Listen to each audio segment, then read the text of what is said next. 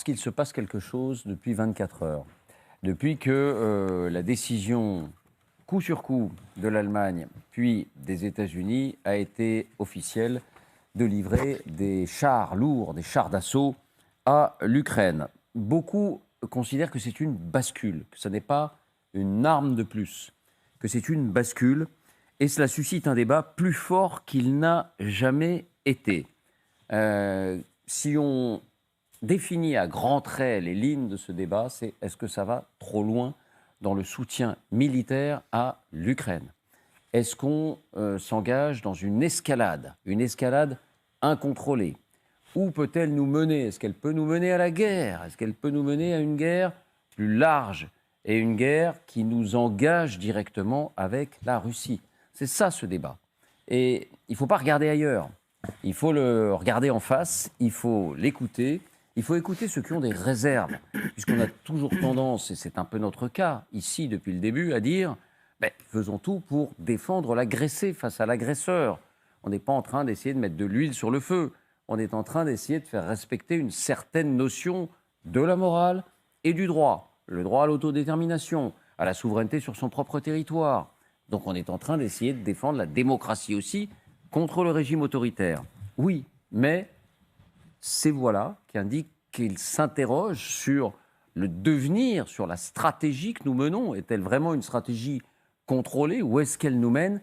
Il faut les entendre parce qu'elles sont de plus en plus nombreuses. Et je vous le disais, parmi les diplomates, on va voir tout ça avec Fanny Veil dans un instant, parmi les diplomates, parmi les militaires, parmi les intellectuels, parmi les éditorialistes. Alors je vous propose, pour commencer, d'accueillir l'un de ces éditorialistes qui s'interroge. Il s'agit de Philippe Gély, qui nous rejoint, directeur adjoint de la rédaction du Figaro.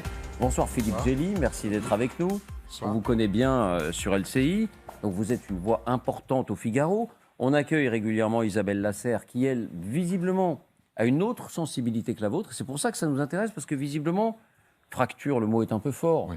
Mais il y a une division, il y a une différence de sensibilité qui traverse le Figaro même. Le Figaro, c'est une institution française. Mais ça a toujours été comme ça, c'est tout à fait normal. Et on n'est pas si éloignés, Isabelle et moi. Bon. Simplement, je peux parfois poser des questions à un moment où on a tendance à tous vouloir applaudir à l'unisson.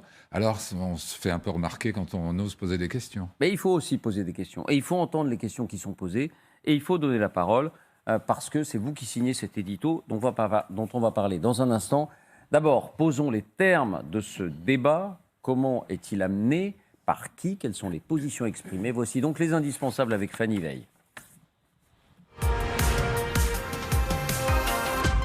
Bonsoir Fanny. Bonsoir David, bonsoir à tous. Donc je le disais, ces voix, on les entend beaucoup plus depuis 24 heures pour dire aider l'Ukraine, pourquoi pas, mais jusqu'où? Est-ce qu'on y a vraiment réfléchi et où est-ce que ça nous amène? Oui, aider l'Ukraine, mais pas trop, entre guillemets. Parce qu'aider l'Ukraine, c'est entrer, vous le dites, dans un engrenage. C'est le titre de votre éditorial, Philippe Gély, ce matin, en une du Figaro. Vous dites que les dirigeants occidentaux veulent soutenir l'Ukraine jusqu'au départ des forces russes, tout en évitant une escalade avec Moscou. Ils sont pourtant lancés, poursuivez-vous, dans un engrenage, sans plan de bataille réfléchi, mais sous l'inlassable pression de Volodymyr Zelensky. Et vous expliquez où pourrait conduire cet engrenage. Si les chars ne font pas la différence sur le front, chacun voit bien l'étape suivante. Ces missiles à longue portée qui manquent encore à la panoplie ukrainienne. Un jour viendra où Kiev expliquera qu'il faut frapper en Russie pour amener le Kremlin à la table des négociations. On ne pourra pas feindre la surprise, dites-vous. Dans ce papier, vous rejoignez les appréhensions de beaucoup d'autres. Hier, on évoquait par exemple ici l'ex-ambassadeur de France à Washington, Gérard Haraud. Voici précisément ces termes sur Twitter. Gageons que nous aurons le même débat éreintant sur la livraison d'avions à l'Ukraine dans quelques semaines. Nous nous sommes engagés pas à pas dans une escalade incontrôlée sans aucune stratégie identifiable. Alors, que craignent précisément ceux qui expriment cette appréhension? Eh bien, ils craignent que le conflit dégénère, s'élargisse et que l'Occident soit happé dans cette guerre. Ces réflexions, on les retrouve aussi chez les politiques, à la gauche de la gauche comme à droite. Écoutez par exemple Fabien Roussel pour le Parti communiste à propos justement de la livraison de ces chars lourds. Vous imaginez bien que faire ce choix-là est un choix qui est grave de conséquences, puisque nous franchissons une étape que nous nous sommes toujours interdites jusqu'à maintenant. À quelles conséquences vous pensez? Et donc, ce sont ces conséquences que je souhaite pouvoir mesurer. Nous disons tous depuis le début, et la France fortement, que nous ne voulons pas participer à une troisième guerre mondiale. Quand même, l'enjeu, il n'est pas petit. C'est ce qu'affirme aussi, à droite cette fois, l'ancien secrétaire d'État de Nicolas Sarkozy, Pierre Lellouche. La question de fond qui est posée aujourd'hui, dans ce moment, qui est un moment de tournant, quel est l'objectif de cette guerre? Les Ukrainiens, légitimement, ils veulent reprendre leur territoire. Le problème, c'est que nous entrons aujourd'hui dans une guerre non déclarée par procuration entre la totalité des pays de l'OTAN et la Russie. C'est ça qui est en train de se passer. Et qui dit confrontation directe, David, dit aussi risque d'utilisation d'armes nucléaires. Écoutez ce que disait à ce sujet il y a peu l'ancien conseiller de Nicolas Sarkozy, Henri Guénaud. On est dans la surenchère permanente, on est dans l'escalade permanente. Voilà, et cette escalade, elle reste très dangereuse. On est sur une toile de fond d'arsenaux nucléaires, donc avec un vrai danger, même si personne n'a l'intention de les utiliser. On ne sait jamais. Aujourd'hui, on est tellement convaincus que ça n'arrivera pas qu'on a l'impression de pouvoir tout se permettre. Eh bien non, il ne faut pas tout se permettre, il faut réfléchir. Et ça concerne évidemment les Ukrainiens, ça concerne les Russes et ça nous concerne nous, les Européens et les Américains. Même crainte du côté du député de la France Insoumise, Alexis Corbière, qui répondait à la question de savoir si la France devait, elle aussi, livrer des chars lourds, ces fameux chars Leclerc. On l'écoute. C'est quand même une puissance nucléaire, la Russie. Oui. Si la France est entraînée là-dedans, avec les États-Unis qui sont derrière et la Russie, ça reste quasiment la première puissance nucléaire. Et donc je suis pour quand même que on s'embarque pas dans des choses qui enveniment encore plus le conflit, en croyant effectivement qu'on va faire essuyer une défaite rapide. Voilà, ça c'est l'essentiel. Mais il y a quand même un autre argument aussi qui est invoqué, Fanny. Oui, c'est l'idée que l'Occident alimente la guerre au lieu de chercher la paix. Et c'est notamment ce que dit Marine Le Pen, toujours à propos de ces chars lourds. Écoutez. La question, c'est est-ce que tout ça ne va pas aggraver cette guerre. Et quand la guerre s'aggrave, les morts se multiplient. Alors, est-ce que c'est l'objectif? Est-ce que, en réalité, en armant avec des armes lourdes, est-ce qu'on ne va pas d'abord internationaliser le conflit, qui est un danger quand même majeur, hein, en tout cas un risque majeur. Et deuxièmement, est-ce que l'on ne va pas s'éloigner d'une solution négociée de paix? On retrouve aussi cette sensibilité dans d'autres sphères. Écoutez par exemple l'avocat et écrivain Arnaud Classet. L'Union européenne, l'Europe s'est bâtie sur la paix. Ouais. Et aujourd'hui, l'Union européenne est la plus va-t-en-guerre. Normalement, elle devrait se mobiliser pour essayer de trouver des solutions. Et elle ne le fait pas. Merci, Fanny. Voilà, les termes du débat sont posés. Philippe Gély, vous craignez effectivement cette idée d'un engrenage qui pourrait nous mener à être mêlés à cette guerre? D'abord, je ne suis pas d'accord avec beaucoup des propos qui ont été tenus. Et moi, je ne parle pas d'escalade. Je pense que l'escalade, ça relève c'est la décision de Poutine dès le départ. Les Ukrainiens sont dans la résistance et nous, on est dans la réaction. Ce qui me préoccupe, c'est la façon dont sont prises certaines décisions stratégiques.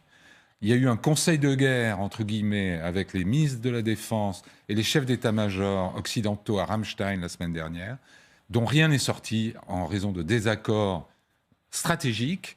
Mais quelques jours plus tard, par un effet d'entraînement, des pressions politiques, même un jeu d'imitation entre les uns et les autres, on finit par prendre des décisions. Ce qui est frappant, c'est que les Allemands étaient les plus réticents à envoyer des chars.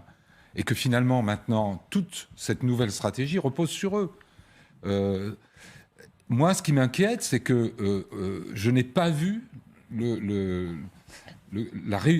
stratégie qui sous-tend ces décisions qui sont lourdes. Et alors, effectivement. Mais ça ne veut pas dire que je m'oppose à l'envoi de chars, pas du tout. Oh. Mais la prochaine question, elle est déjà posée, en fait. Le président Zelensky a dit hier soir qu'il demandait des avions et des missiles. On va en parler dans un instant. Aujourd'hui, tous ces stratèges qui viennent de décider d'envoyer des chars vous diront non. Ah non, pas des chars, pas des missiles. Parce que là, évidemment, ça ne sert pas à taper à 80 km de chez soi. C'est forcément pour aller beaucoup plus loin, donc en territoire russe, sur des bases militaires. Est-ce que la stratégie, ça n'est pas tout simplement de tenter d'aider l'Ukraine au maximum sans pour autant être co-belligérant à récupérer la souveraineté sur son territoire? Mais rappelez-vous qu'on a démarré en donnant des armes défensives, entre guillemets. Et ça avait l'air, à l'époque, c'était présenté comme le maximum qu'on pourrait faire. On a quand même franchi beaucoup de paliers. Donc pour moi, le terme d'engrenage est purement factuel. On est dans un engrenage qui est rendu indispensable ou fatal par l'escalade de Poutine. Mais malgré tout, on est en droit d'attendre des gens qui prennent ces décisions en notre nom, qu'ils sachent à peu près où ils vont, pourquoi ils le font, et non pas par simple effet d'imitation, parce que sinon on va vous pointer du doigt parce que vous n'êtes pas dans le club. Est-ce que vous craignez qu'on soit engagé dans la guerre ? Je me demande, à un certain point, si on pourra l'éviter. Parce que comment amène-t-on la Russie à la raison sans toucher à un cheveu de Poutine ? Enfin, il n'en a pas beaucoup. Non, mais vous voyez un peu l'enjeu. Mais... Donc, tout ça, c'est devant nous, mais on n'y réfléchit pas et on prend des décisions l'une après l'autre. C'est simplement ça que j'ai voulu pointer dans le fait que je ne trouve pas ça très sain. Est-ce que vous comprenez, vous, amiral Olagaray, ces inquiétudes et cette appréhension ? Oui, totalement. Mais je suis d'accord avec vous, nous sommes dans un engrenage mais qui a commencé depuis longtemps. L'engrenage, vous savez, oui, c'est le début, etc. Et nous irons jusqu'à livrer vraisemblablement des avions à l'Ukraine. Pour moi, ça me paraît à peu près inéluctable. Simplement, il y a une stratégie politique avec tout ce que cela comporte de poids relatif des uns, des autres, les Allemands, les Français. On se regarde lequel est leader, lequel va le plus dans le sens, lequel déclenche telle et telle livraison. Et puis, il y a les véritables stratégies, alors à plus long terme, qui sont que, en définitive, maintenant, on ne parle plus de lignes rouges. Les lignes rouges, ce sont celles que fixait Poutine, ou qu'on prétendait qu'il les fixait, d'ailleurs. On va parler de lignes bleues. Ce sont celles que se fixent les Occidentaux. La ligne bleue, c'est ne pas dépasser les limites de l'Ukraine telle qu'elle a été reconnue.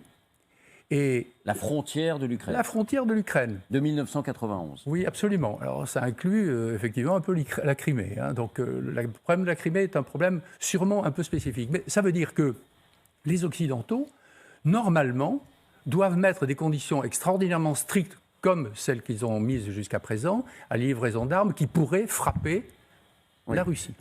Donc maintenant, c'est la ligne que se sont fixés les Occidentaux, c'est ça l'objectif, pour bien comprendre aller jusque-là, mais pas plus loin. Pour bien comprendre votre pensée. Vous les avez entendu formuler, ces lignes bleues ? Non, mais je pense, moi, que c'est celle-là. Alors, après, que se passe-t-il ? On voit que les Ukrainiens utilisent des drones et de... Non, mais on va y venir à la question des avions.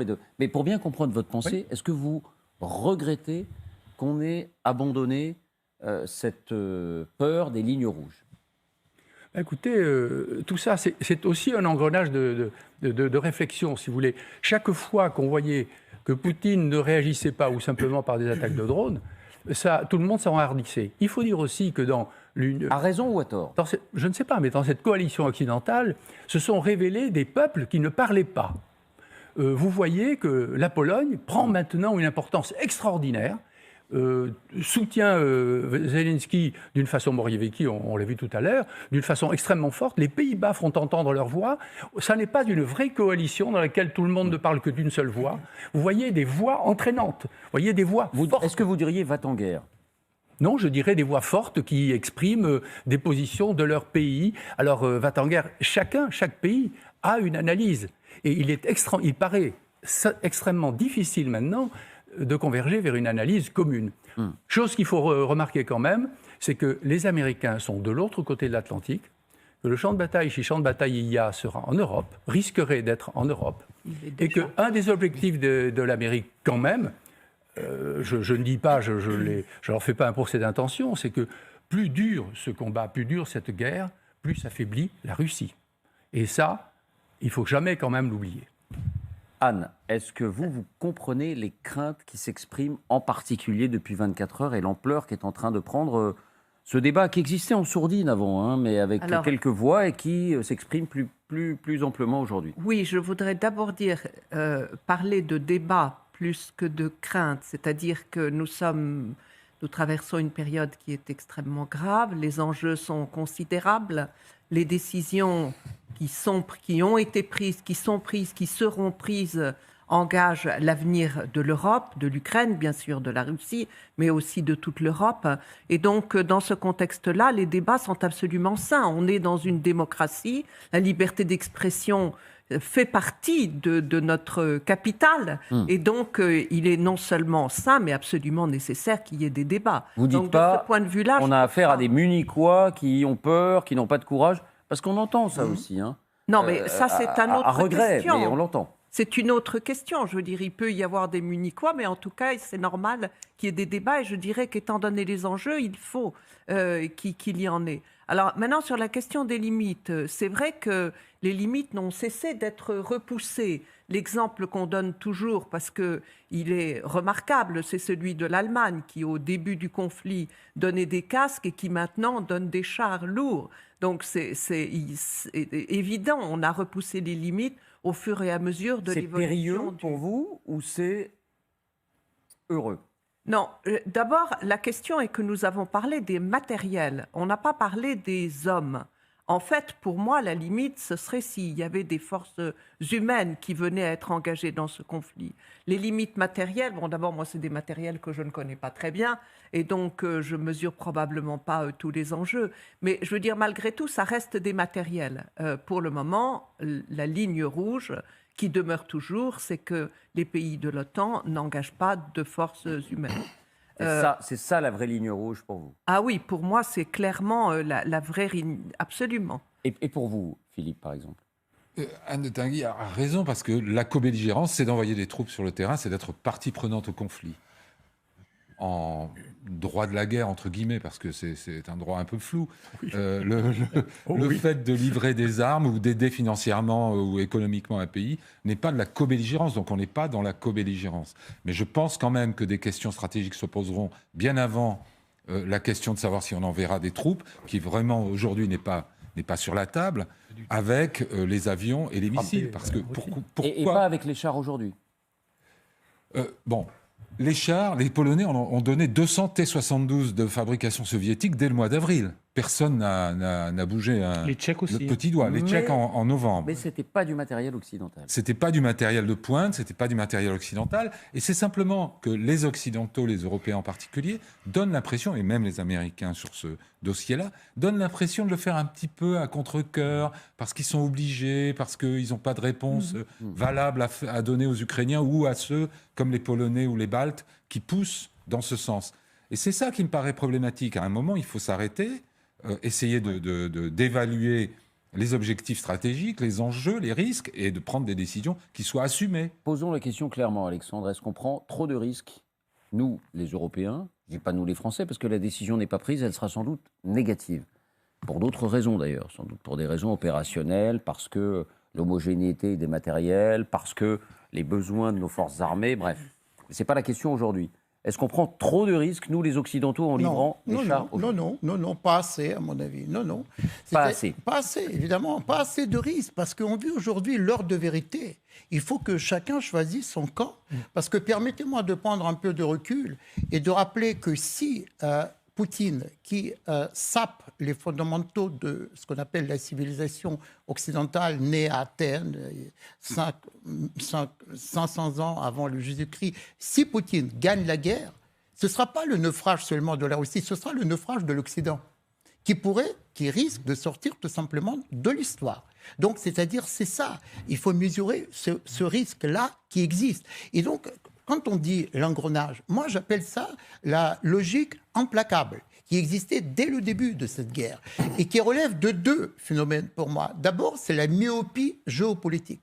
On n'a pas vu, on n'a pas voulu voir, je ne sais pas, que le régime de Poutine portait la guerre, c'est-à-dire l'agressivité, comme la nuée porte l'orage, pour reprendre une expression célèbre de Jaurès. Donc, on a fermé les yeux sur l'agression de la Russie en Géorgie en 2008. On a avalé l'annexion en violation flagrante de la loi internationale de la Crimée. Et aujourd'hui, on récolte finalement les fruits de notre propre myopie géopolitique. Il y a aussi, David, le mot que je voudrais prononcer, la pusillanimité, c'est-à-dire la lâcheté pour appeler les choses par leur vrai nom. C'est-à-dire, on ne voit pas le danger dans sa globalité et on se réfugie derrière les zones de confort, c'est-à-dire derrière les considérations du quotidien, de notre routine, alors qu'il s'agit de la survie de notre civilisation.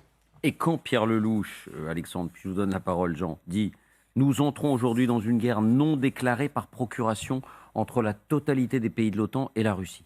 C'est la guerre est déjà là. Il ne va pas. Il est aussi myope géopolitiquement parce que la guerre est déjà là. On y est déjà rentré. Et la seule façon... Attendez, vous dites on est déjà entré en guerre contre évidemment, la Russie ? Mais la seule façon d'éviter l'engrenage dont on parle, c'est justement la défaite militaire du régime de Poutine.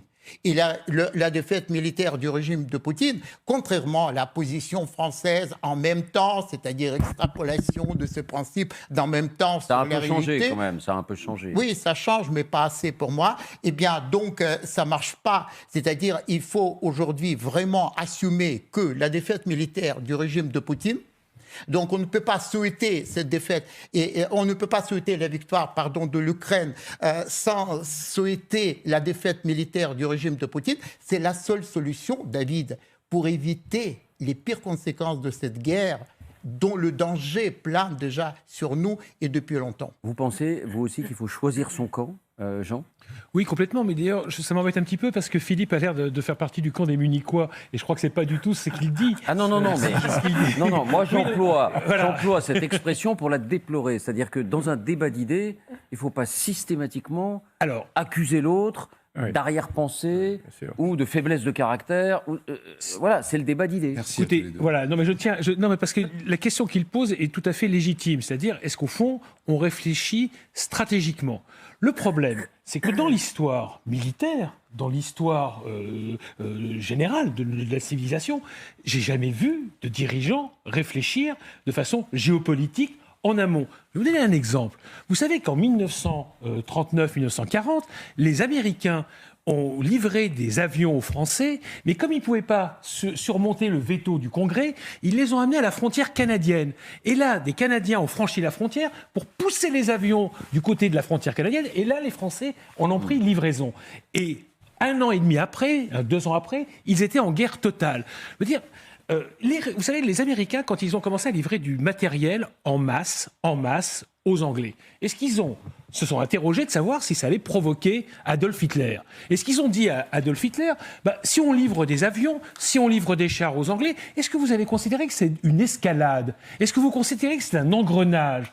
Évidemment qu'on ne se pose pas ce genre de questions. C'est-à-dire que la mécanique de la guerre, la mécanique de l'agression nous surprend toujours. Et donc on réagit comme on peut réagir. Et donc c'est pour ça, par exemple, que Emmanuel Macron, au départ, de façon complètement surprenante. Moi, j'étais à Bruxelles, fin février, quand il était lors d'un Conseil européen. Emmanuel Macron a fixé ces fameuses lignes rouges, où il dit, voilà, il y aura une ligne rouge, nous ne devrons pas entrer en co-belligérance. Alors déjà, je dis co-belligérance, d'où ça sort? Juridiquement, ça veut dire quoi être co-belligérant? Parce que c'est pas nous qui décidons d'être co-belligérants. C'est le jour où la Russie nous tape dessus et qui va décider que nous sommes co-belligérants. Sauf si on envoie des hommes au sol, ou là, on peut venir en aide, effectivement. On peut venir en aide davantage à l'Ukraine, mais bon, pour l'instant, personne n'a envie d'envoyer son armée sur place. Et là, il dit textuellement, et c'est sidérant, la co-belligérance, c'est livrer des chars et livrer des avions à l'Ukraine. Et là, je me suis demandé, mais d'où ça sortait? Et il est sorti de cette politique sans le dire en janvier dernier, où il a commencé à livrer ces fameux AMX-10 RC, les chars légers livrés à l'Ukraine. Et là, il est sorti. Donc je me dis, c'est marrant ça, il sort d'une ligne rouge. Il a répété au sommet de l'OTAN au mois de mars, où il dit jamais on ne livrera de chars, etc. Jean, je peux vous poser la question plus directement, devant tous ceux qui nous écoutent. Vous, personnellement, parce que souvent, ça se ramène aussi à une sensibilité personnelle.